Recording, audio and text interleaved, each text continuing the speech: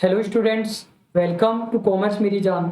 मैं जेपी गर्ग स्वागत करता हूं आपका आपके अपने कॉमर्स प्लेटफॉर्म कॉमर्स मेरी जान पर।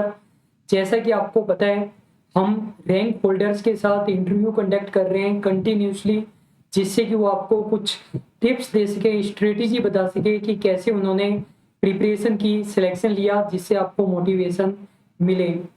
तो आज हमारे साथ है ऋषभ जैन, जिन्होंने एफसीआई एजी 3 अकाउंट्स में सिलेक्शन लिया है, एफसीआई अकाउंटेंट बन चुके हैं। आज अभिषेक सर हमारे साथ नहीं है, कुछ फैमिली रीजंस के कारण वो अभी अवेलेबल नहीं है।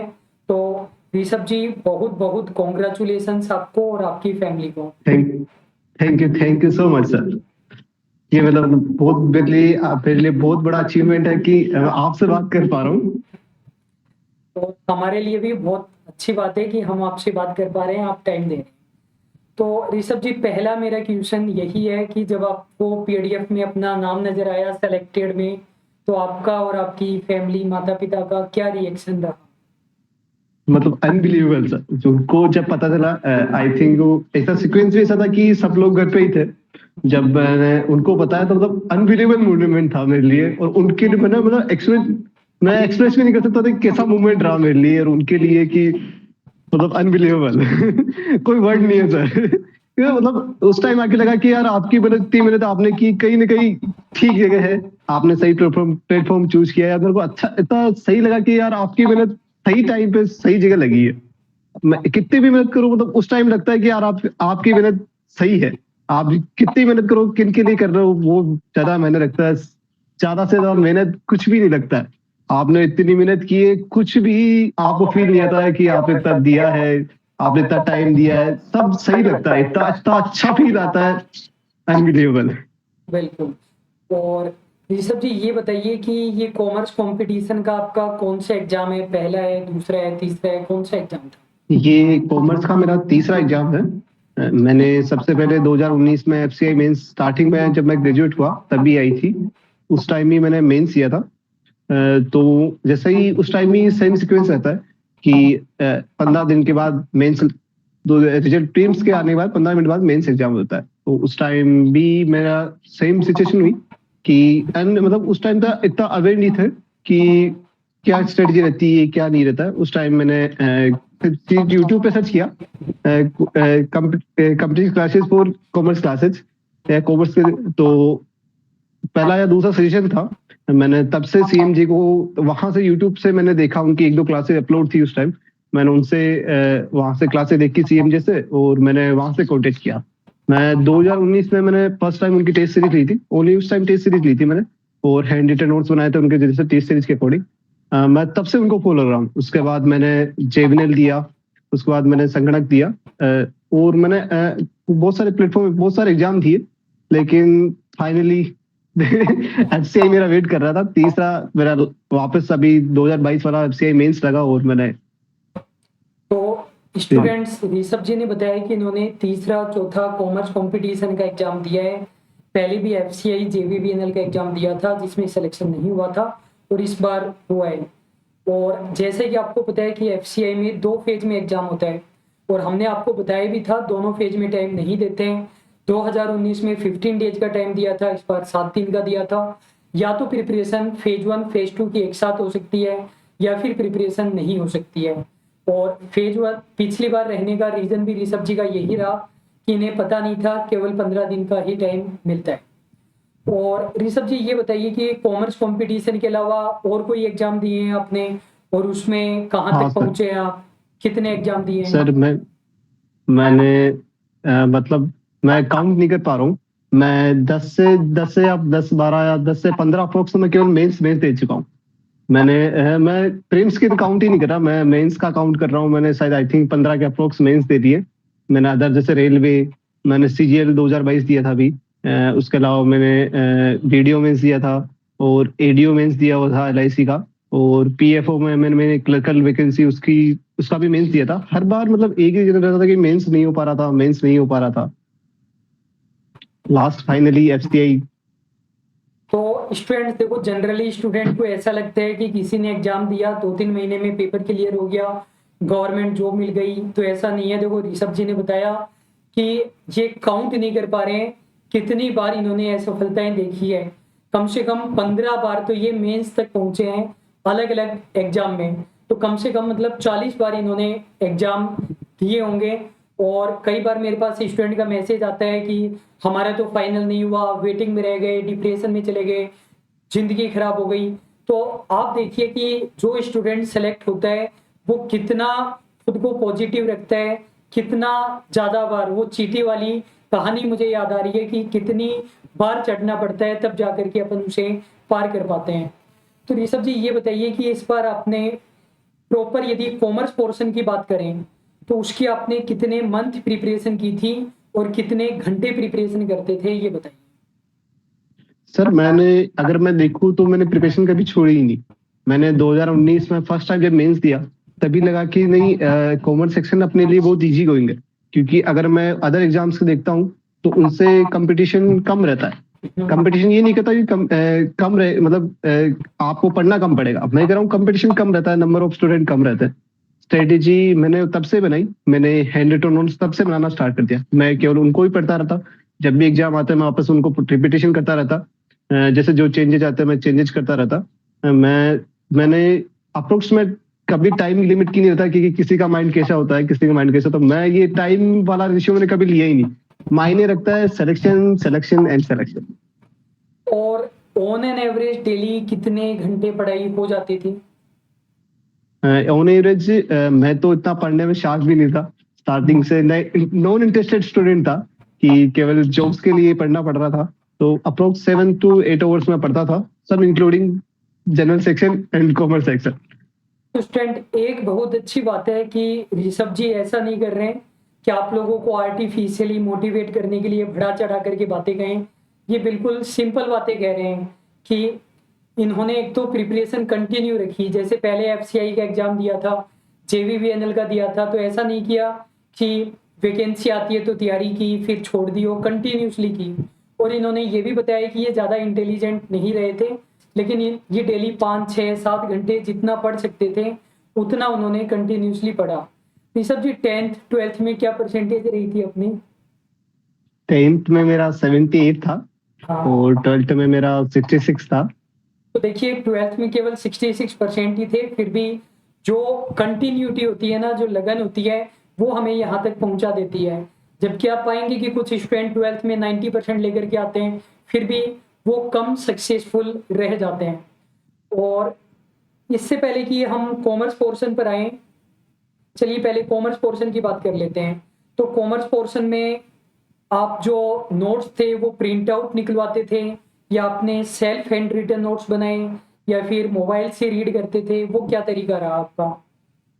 मैं स्टार्टिंग में क्लास लेता था, क्लास के साथ साथ मोस्टली मैंने हैंड रिटन नोट्स पे बिलीव किया, क्योंकि मेरा एक तो ये सही कहूँ, मेरे को समझने में थोड़ा टाइम लगता था। मैं एक बार में कभी क्लास समझ नहीं पाता था, मैं कभी कभी क्लास को 2 बार तक पढ़ता था। उसके बाद हैंड रिटन नोट्स बनाता था। हैंड रिटन नोट्स बनाने का बेनिफिट सबसे बढ़िया रहता था कि मैं अपने हिसाब से लिख लेता था कि किस चीज को ज्यादा फोकस करना है, किस चीज को नहीं करना है। और राइटिंग मेरी अच्छी नहीं थी, तो मैं रिटन नोट्स बनाने में अगर कोई दिखेगा तो ये कहेगा क्या राइटिंग लिख रखी है, कैसे समझ में आता होगा। लेकिन मैंने मेरा अपने हिसाब से नोट्स बना दिए। जैसे जैसे डायग्राम, हाँ डायग्राम एग्जैक्ट फॉलो करता था मैं। जैसे डायग्राम जैसे बना रखा, ताकि वो जब वापस वीडियो क्लास से देखे तो डायग्राम एग्जैक्ट समझ में आ जाए कि क्या चल रहा है। और मोस्टली मैंने हैंड रिटन नोट्स ही फॉलो किए। और हैंड रिटन नोट्स एक बार में बन गए या कंटिन्यूसली 1.5 2 साल तक अपडेट होते रहे हो? हाँ, ये एक बार में नहीं, मैंने जैसे जैसे मैं आगे क्लास से पढ़ता रहा, मैंने जैसे जैसे चेंजेज आए, क्योंकि मेरे को लगा कि एक बार में आदमी परफेक्ट बनता ही नहीं है। कि मेरे को एग्जाम देने के बाद ये रियलाइज हो गया कि ना, एक बार में आप कभी परफेक्ट नहीं बन सकते। हो सकता है कि कोई लोग हो, मैं तो एवरेज स्टूडेंट की बता रहा हूँ, मैं एवरेज था, मेरी बता रहा हूँ, मैं एक बार में परफेक्ट नहीं बना। मेरी आप अगर नोट्स देखोगे तो बार बार हर जगह कटा हुआ मिलेगा आपको, हर बार कुछ चेंजेस मिलेगा समय के साथ। जैसे जैसे चेंजेस आता है, जैसे इनकम टैक्स में आप परफेक्ट नहीं होता, उनके बार बार चेंजेस। 2 चीजें, एक तो मैं बार बार उनमें चेंज करता था। दूसरा, जैसे डेफिनेशन वगैरह फिक्स थी, तो मेरी हमेशा टेबल पे 1 2 पेपर चिपके रहते थे, जो जो डेफिनेशन आर्टिकल्स या फिर जो किसी भी सेक्शन रहता, मोस्टली सेक्शन चिपके रहते थे हमेशा। आप जब भी आओगे, वैकेंसी नहीं होती तो भी कोई बंदा आके देखता था मेरे टेबल पर, तो ये लगेगा कि यार कॉमर्स सेक्शन की तैयारी कर रहा है। ये कंपनी लोग के अगर सेक्शन लगे हुए मैंने लास्ट टाइम मेरी लाइब्रेरी चेंज हुई, उसके बाद वो पेपर फाड़ा मैंने। मैं 1.5 2 साल 2.5 साल में एक ही सीट पे बैठा था, मैंने एक ही जगह की मेरी हमेशा परमानेंट चिपका रहा। सेक्शन कभी मैंने हटा, सेक्शन भी मैंने खुद हैंड नोट्स बना के उनकी फोटोकॉपी निकाल के सामने चिपकाया। तो स्टूडेंट काफ़ी सारी चीज़ें बताई ऋषभ जी ने। इन्होंने बताया कि ये एवरेज स्टूडेंट रहे, कंटिन्यूसली इन्होंने प्रिपरेशन की, डेली 6-7 घंटे ये पढ़ते थे, लाइब्रेरी में पढ़ते थे और इन्होंने नोट्स के प्रिंट आउट नहीं निकलवाए, खुद नोट्स बनाए। जो भी थोड़े मतलब कम शार्प स्टूडेंट होते हैं उनके लिए मेरी भी एडवाइस यही रहती है, यदि आप लिख करके करेंगे तो और बेटर समझ में आता है। हालांकि आजकल एग्जाम के लिए गवर्नमेंट ज़्यादा टाइम देती नहीं है, टाइम कम होता है, तो प्रिंट आउट निकलवाना आसान रहता है। जैसे 15 पेज के नोट्स आप 17 पेज निकलवाएं, उनसे पढ़ते रहें, जो लिखना है वो एक्स्ट्रा 2 पेजेज में लिख लें, क्योंकि टाइम कम मिलता है। लेकिन आपको हाँ, लगता मिलता है कि आप थोड़े कमज़ोर हैं और सफिशिएंट टाइम है, तो हैंड रिटन नोट्स बनाए जा सकते हैं और उन हैंड रिटन नोट्स को कंटिन्यूसली आपको अपडेट करना पड़ता है। ये नहीं है कि एक बार में बन गए। जो याद करने की चीज़ें होती है, सेक्शंस, आर्टिकल्स वगैरह, फुल फॉर्म वगैरह, वो दीवार पर इन्होंने चिपका लिए, उनको वो बार बार देखते रहे, ये इनका तरीका रहा। और टाइम कम होता है तो हम क्लासेज को भी एक बार ही देखते हैं, या फिर मैं भी सजेस्ट करता हूँ कि पहली बार में इतने अच्छे से देख लो कि वीडियो क्लासेज बार बार नहीं देखनी पड़े, जिससे टाइम नहीं खराब हो। लेकिन ऋषभ जी ने बार बार देखी क्लासेज भी, जैसे इनको सही लगा।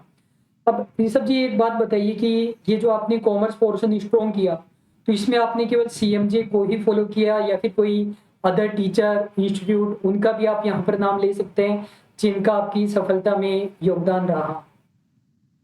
सबसे स्टार्टिंग में तो मेरे 12th के टीचर का अंकिता मैम थी मेरे अकाउंट्स टीम में। मतलब वो अकाउंट्स मेरे को उन्होंने ही बेसिक, मैं रियलिटी स्टार्टिंग में बेसिक वहीं से मेरा जनरल एंट्री तक भी उन्होंने मतलब इतना प्रिपरेशन करवाई मेरी। उसके बाद मैं देख डेमो का मैंने सतीश सर से भी मैंने क्लासेस ली हुई थी। मैंने उनसे भी 2019 में ही कोर्स लिया था। मैं उन्हें 2019 के उनके भी नोट्स बने हुए पड़े थे मेरे। मैं जो भी चेंजेस आता था मैं केवल चेंजेस करता था। और मैंने मोस्टली सीएमजे के मैंने अभी एफसीआई पढ़ा था। मैंने उनका जेविनल वाला कोर्स भी लिया हुआ था। मैंने उनकी टेस्ट सीरीज भी ली हुई थी। मैं सीएमजे का मतलब मोस्टली मैं सीएमजे को फॉलो पूरा किया था मैंने। मैं ये नहीं कहूंगा कि मैंने केवल सीएमजे को ही फॉलो किया, मैंने सतीश सर को भी पूरा देखा। मैं कई बार यूट्यूब पे भी अगर कोई टेस्ट सीरीज दे रहा है तो मैं टेस्ट सीरीज दे देता था। ऐसा नहीं है कि कभी कभी कंटेंट देखना भी पड़ता था कि बाहर की क्या चल रहा है। हो सकता है कि मैं पूरा परफेक्ट फॉलो नहीं कर पा रहा हूँ। मोस्टली मैं टेस्ट सीरीज सबकी जहां भी फ्री सीरीज मिल जाती थी, मैं स्ट्रगल का नहीं कहूंगा, मैं फ्री सीरीज जहां भी टेस्ट सीरीज मिलती थी मैंने टेस्ट सीरीज वहां से दी। तो बिल्कुल स्टूडेंट, देखिए मैं भी यही कहता हूँ, लेकिन एक छोटा सा मैं मेरे अकॉर्डिंग चेंज कर रहा हूँ। मैं ये मानता हूँ कि कॉन्सेप्चुअल कोर्स आपके पास एक ही टीचर का होना चाहिए, टाइम बचता है। बाकी टेस्ट सीरीज आप ज़्यादा से ज़्यादा लगा सकते हो। बाकी ऋषभ जी के पास में हमारा भी कोर्स था और देख डेमो वाले सीए सतीश अनेजा जी का भी था, तो उनका भी बहुत योगदान रहे। और जो 12th की मैम थी अंकिता जी, उनका भी काफ़ी योगदान इनकी सक्सेस में रहा है। ऋषभ जी, जो कॉमर्स स्टूडेंट होते हैं वो बहुत बार मेरे पास मैसेज आते हैं कि सर जनरल पेपर स्ट्रॉन्ग नहीं है, उसकी वजह से हम रह गए। तो जनरल पेपर आपने कैसे किया, कौन से teacher, YouTube channel, apps, books वगैरह, उनका भी आप यहाँ पर नाम बताइए बिल्कुल अच्छे से, किनको आपने फॉलो किया? सर 2019 का एफसीआई मेंस मेरे लिए एक टर्निंग पॉइंट रहा। उसके बाद भी बैक टू बैक मैंने मेंस दिए। हर बार मेंस का मैंने एक ही चीज सीखी कि एक दिन में प्रिपरेशन नहीं होगी।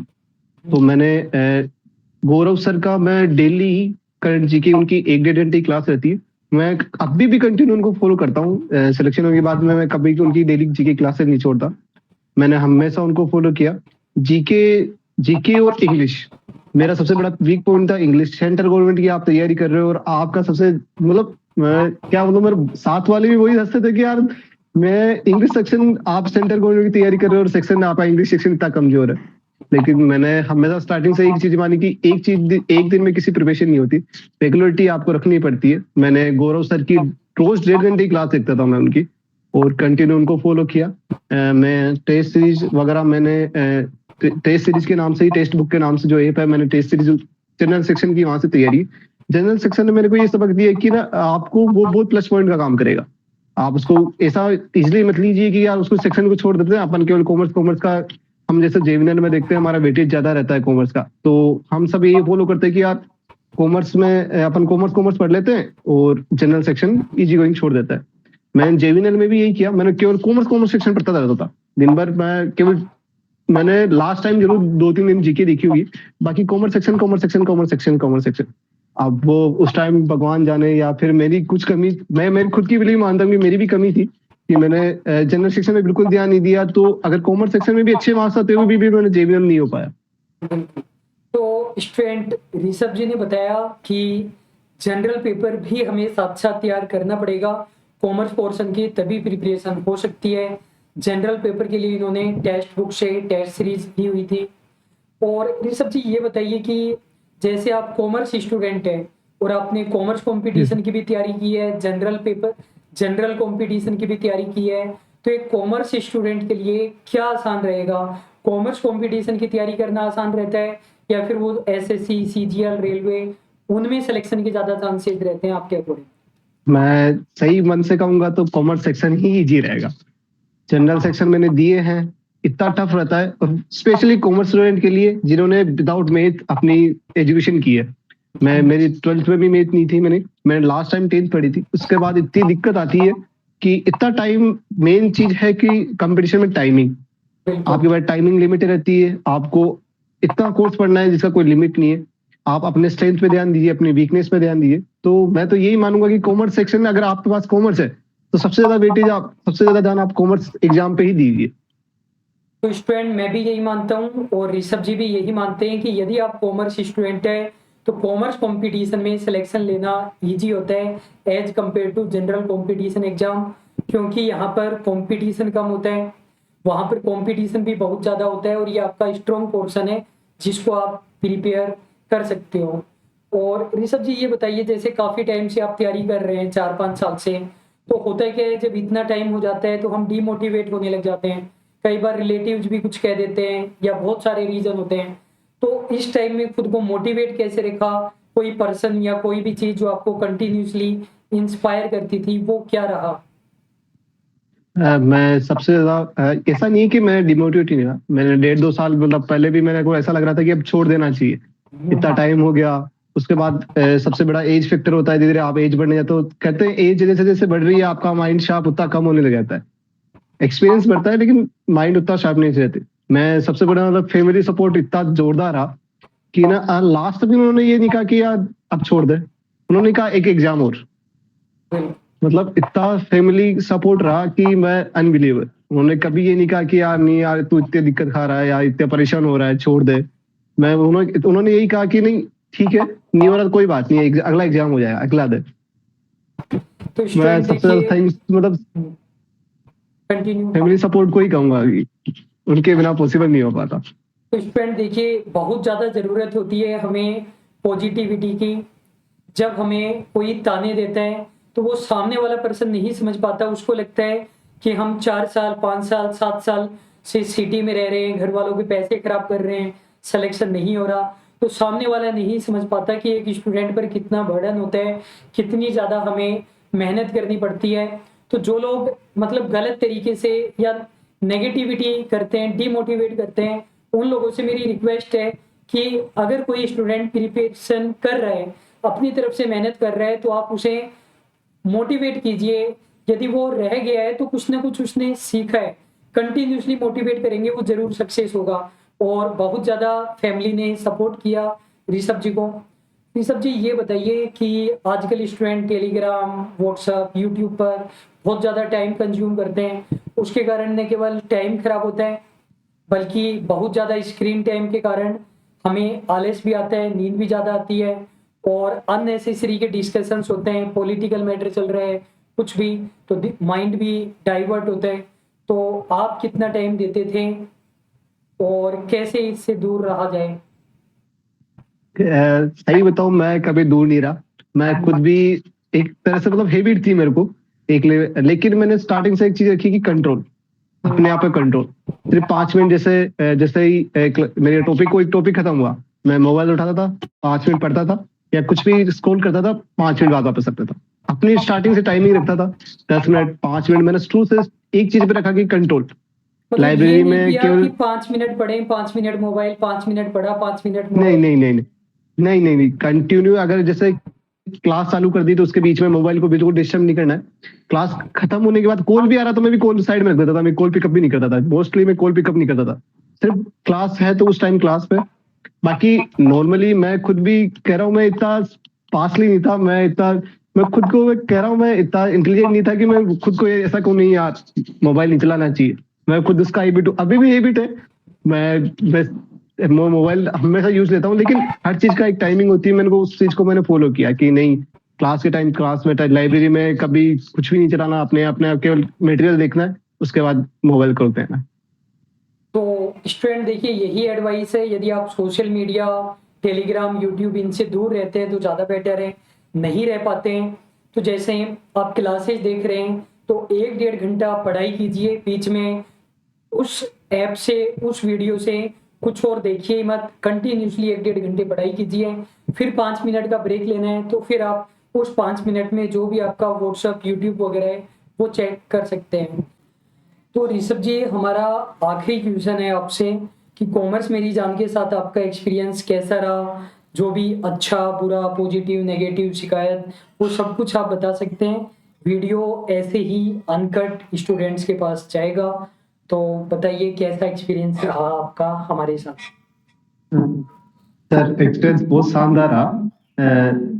कि मैं ये कभी कभी तो ऐसा लगता था कि भाई यार सरकार, सबसे बड़ा मेन मेजर पॉइंट क्या है कंपटीशन में, कि क्या पढ़ना है सिर्फ तो आपको पता होना चाहिए, उसके साथ आपको पता होना चाहिए क्या नहीं पढ़ना है।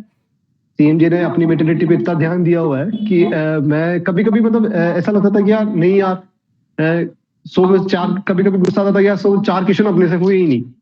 फिर आप बिलीव होता कि यार वो 4 क्वेश्चन करने थे भी नहीं। आपने मतलब कोर्स को जरूरी है कि वो कोर्स लिमिटेशन हो, ताकि बार बार वो जो मोस्ट इंपोर्टेंट वो चीजें बार बार रिपीट होते जाए। अगर आप एक लिमिट से ज्यादा कोर्स पढ़ोगे तो आपको ये पता ही नहीं चलेगा कौन सी चीज मेटेलिटी रखती है नहीं रखती है, कौन सी चीज इंपॉर्टेंट। मैं सीएमजे का सबसे बड़ी अच्छी चीज लगी कि उन्होंने अपने आप को लिमिटेशन रखा, अच्छी चीजों को ज्यादा फोकस किया कि ये चीज जरूरी है तो इसको बार बार रिपीट करो। आपकी रामबाण बहुत पसंद आया मेरे को, कि लास्ट टाइम जो रिविजन करने का जो है वो हमारे जैसे के लिए सटा मतलब फटाफट हो जाता है कि जल्दी से रिविजन हो जाता है। और सबसे चीज फीस, मेरी फीस में तो फीस इतनी चीज मायने रखती है, सबसे ज्यादा मायने रखती है। और जैसे सेम जो टाइम टू टाइम मतलब कोर्स भी मैंने खरीदे हमेशा डिस्काउंट रेट पे खरीदे पहले, हालांकि मैं इस चीज से ज्यादा बिलीव रखता था कि फीस पहले ही कम थी आपकी, मतलब आई थिंक कभी भी ये नहीं रहा कि यार अपन बाहर जा रहे हैं इतनी महंगी फीस दे रहे हैं। मेरी रूम से सस्ती मेरी फीस होती थी, मेरा रूम का रेंज ज्यादा रहता था, मेरे कोर्स की फीस हमेशा सस्ती रहती थी। कभी ये नहीं लगा कि यार कोर्स महंगा है, जब भी इच्छा है कोर्स खरीद परचेज कर लिया। ये सबसे अच्छा लगा सीएमजी का। तो स्टूडेंट, एक बात थी जो मैं स्टूडेंट्स को हर क्लास में बताता हूँ, लेकिन मैं वेट कर रहा था कि कोई सेलेक्टर या रैंक होल्डर वो बात कहें। तो मैं देखिए, हर पेपर में जैसे 100 क्वेश्चन आते हैं तो 100 में से लगभग 4-5 क्वेश्चन ऐसे आते हैं जो छोड़ने के लिए ही होते हैं। अगर आप उन 4 क्वेश्चन पर फोकस करोगे तो आपके 96 गलत हो जाएंगे।